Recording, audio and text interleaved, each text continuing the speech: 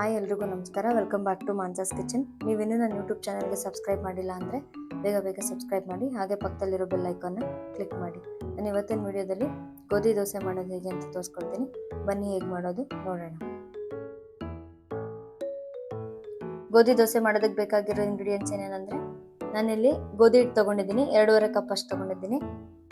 ಹಾಗೆ ಸ್ವಲ್ಪ ಕ್ಯಾರೆಟ್ ತುರಿ, 2 ಮೀಡಿಯಮ್ ಸೈಜ್ ಈರುಳ್ಳಿ ಸಣ್ಣದಾಗಿ ಹೆಚ್ಚಿಟ್ಕೊಂಡಿದ್ದೀನಿ, ಸ್ವಲ್ಪ ಕರಿಬೇವು, ಒಂದು 4ರಿಂದ 5 ಮೆಣಸಿನ್ಕಾಯಿನ ಈ ರೀತಿ ಸಣ್ಣದಾಗಿ ಹಚ್ಚಿಟ್ಕೊಳ್ಳಿ, ಸ್ವಲ್ಪ ಕೊತ್ತಂಬರಿ, ಜೀರಿಗೆ, ರುಚಿಗೆ ತಕ್ಕಷ್ಟು ಉಪ್ಪು, ಹಾಗೆ ಸ್ವಲ್ಪ ಎಣ್ಣೆ.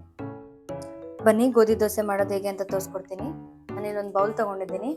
ನಾನಿವಾಗ 2.5 ಕಪ್ ಅಷ್ಟು ಗೋಧಿ ಹಿಟ್ಟು ಹಾಕೊಳ್ತಾ ಇದ್ದೀನಿ. ಕಟ್ ಮಾಡಿ ಇಟ್ಕೊಂಡಿರೋ ಈರುಳ್ಳಿ ಹಾಕೊಳ್ತಾ ಇದ್ದೀನಿ.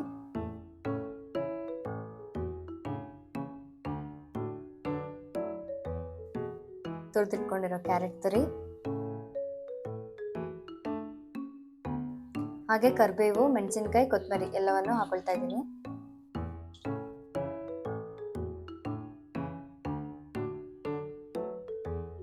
ರುಚಿಗೆ ತಕ್ಕಷ್ಟು ಉಪ್ಪು,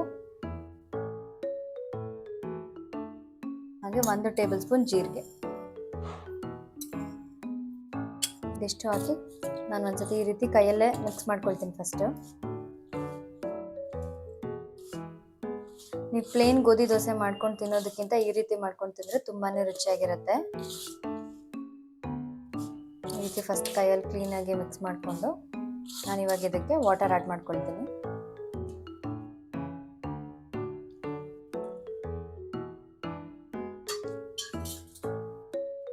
ಈ ರೀತಿ ವಾಟರ್ ಆ್ಯಡ್ ಮಾಡ್ಕೊಳ್ತಾ ಕ್ಲೀನಾಗಿ ಮಿಕ್ಸ್ ಮಾಡ್ಕೊಳ್ಳಿ.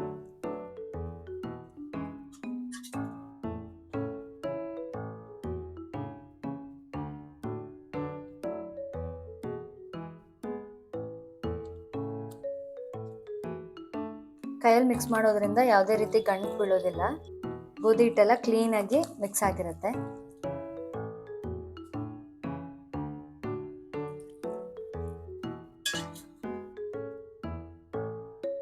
ಈ ರೀತಿ ಕ್ಲೀನಾಗಿ ಫಸ್ಟ್ ಕೈಯಲ್ಲಿ ಮಿಕ್ಸ್ ಮಾಡ್ಕೊಳ್ಳಿ, ಆಮೇಲೆ ಸೌಟಲ್ಲಿ ಕ್ಲೀನಾಗಿ ಮಿಕ್ಸ್ ಮಾಡ್ಕೊಳ್ಬೋದು.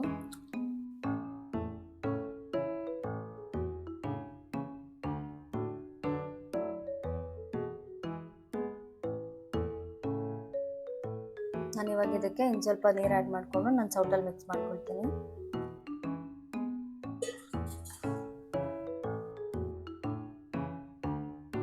ಈ ರೀತಿ ಕ್ಲೀನಾಗಿ ಮಿಕ್ಸ್ ಮಾಡ್ಕೊಳ್ಳಿ.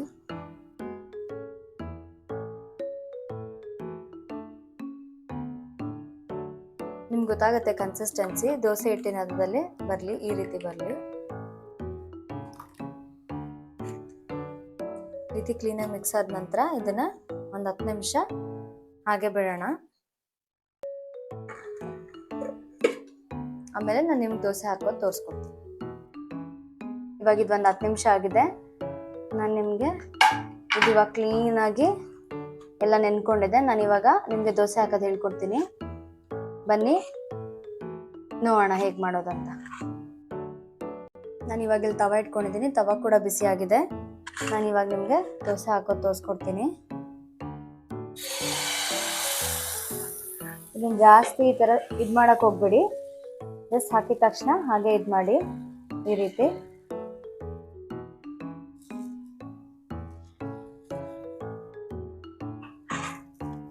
ಯಾಕಂದರೆ ಇದರಲ್ಲಿ ಕ್ಯಾರೆಟ್ ತುರಿ, ಈರುಳ್ಳಿ ಎಲ್ಲ ಇರೋದ್ರಿಂದ ನೀವು ಕ್ಲೀನಾಗಿ ಈ ಥರ ತಿರುಗಿಸಕ್ಕೆ ಹೋದರೆ ಅದೆಲ್ಲ ಕಿತ್ತೋಗ್ಬಿಡುತ್ತೆ. ಸೊ ಹಾಗೆ ಹಾಕಿ ಲೈಟ್ ಚಿಕ್ಕದಾಗೆ ಹಾಕ್ಕೊಳ್ಳಿ. ಇದನ್ನ ಈಗ ಒಂದು 30 ಸೆಕೆಂಡ್ಸ್ ಹಿಂಗೆ ಬೇಯಕ್ಕೆ ಬಿಡೋಣ. 30 ಸೆಕೆಂಡ್ಸ್ ಆದಮೇಲೆ ನಾನಿಲ್ಲಿ ಆಯಿಲ್ ಹಾಕೊಳ್ತಾ ಇದ್ದೀನಿ ಮೇಲ್ಗಡೆ. ಕೆಳಗಡೆ ಆಯಿಲ್ ಹಾಕ್ಬಿಡಿ, ನಾನು ಜಸ್ಟ್ ಮೇಲ್ಗಡೆ ಮಾತ್ರ ಹಾಕೊಳ್ತಾ ಇದ್ದೀನಿ. ಅವಾಗ ನಿಮ್ಗೆ ಜಾಸ್ತಿ ಆಯಿಲಿ ಅಂತ ಕೂಡ ಅನ್ಸೋದಿಲ್ಲ. ಇವಾಗ ಕ್ಲೀನಾಗಿ ಬೇಯೋದಕ್ಕೆ ಬಿಡೋಣ. ನೀವು ನೋಡ್ತಿರ್ಬೋದು ಎಷ್ಟು ಕಲರ್ಫುಲ್ಲಾಗಿ ಕಾಣಿಸ್ತಾ ಇದೆ ಅಂತ. ಮಕ್ಕಳಿಗೆಲ್ಲ ತುಂಬಾ ಇಷ್ಟ ಆಗುತ್ತೆ. ನೀವು ಮನೇಲಿ ಟ್ರೈ ಮಾಡಿ ನೋಡಿ. ಇದು ಇವಾಗ ನೋಡ್ತಿರ್ಬೋದು ನೀವು ಕ್ಲೀನಾಗಿ ಮೇಲ್ಗಡೆ ಫ್ರೈ ಆಗಿದೆ. ನಾನಿವಾಗ ಇದನ್ನು ಮಡ್ಚಾಕೊಳ್ತೀನಿ.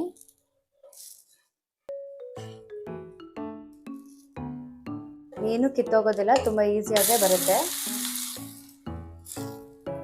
ಇವಾಗ ಈ ಕಡೆ 1 ನಿಮಿಷ ಬೇಯಿಸೋಣ.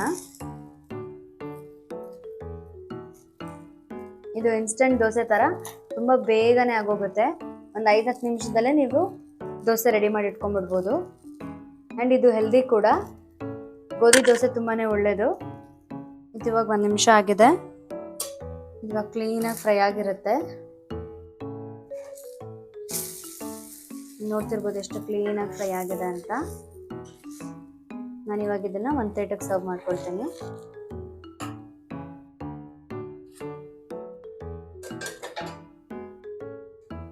ಇವಾಗ ನೀವು ನೋಡ್ತಿರ್ಬೋದು ಗೋಧಿ ದೋಸೆ ಎಷ್ಟು ಚೆನ್ನಾಗಿ ರೆಡಿ ಆಗಿದೆ ಅಂತ. ಎಷ್ಟು ಸಾಫ್ಟ್ ಆಗಿದೆ ನೋಡಿ, ತುಂಬಾ ಸಾಫ್ಟ್ ಆಗಿರುತ್ತೆ. ನೀವು ಮನೇಲಿ ಒಂದ್ಸತಿ ಟ್ರೈ ಮಾಡಿ ನೋಡಿ. ಮಕ್ಕಳಿಗೆ ದೊಡ್ಡವ್ರಿಗೆ ಪ್ರತಿಯೊಬ್ಬರಿಗೂ ಇಷ್ಟ ಆಗುತ್ತೆ. ನಿಮ್ಗೆ ಇದೇ ರೀತಿ ಬೇರೆ ಯಾವುದೇ ರೆಸಿಪೀಸ್ ಬೇಕು ಅಂದರೂ ಕಾಮೆಂಟ್ ಸೆಕ್ಷನಲ್ಲಿ ಕಮೆಂಟ್ ಮಾಡಿ. ನಾನು ಅಪ್ಕಮಿಂಗ್ ವಿಡಿಯೋಸಲ್ಲಿ ಅಪ್ಲೋಡ್ ಮಾಡ್ತೀನಿ. ನೀವು ಇನ್ನೂ ನನ್ನ ಯೂಟ್ಯೂಬ್ ಚಾನಲ್ಗೆ ಸಬ್ಸ್ಕ್ರೈಬ್ ಮಾಡಿಲ್ಲ ಅಂದರೆ please subscribe to my YouTube channel Mansa's kitchen. Like ಮಾಡಿ, ಶೇರ್ ಮಾಡಿ. Thanks for watching. Thank you.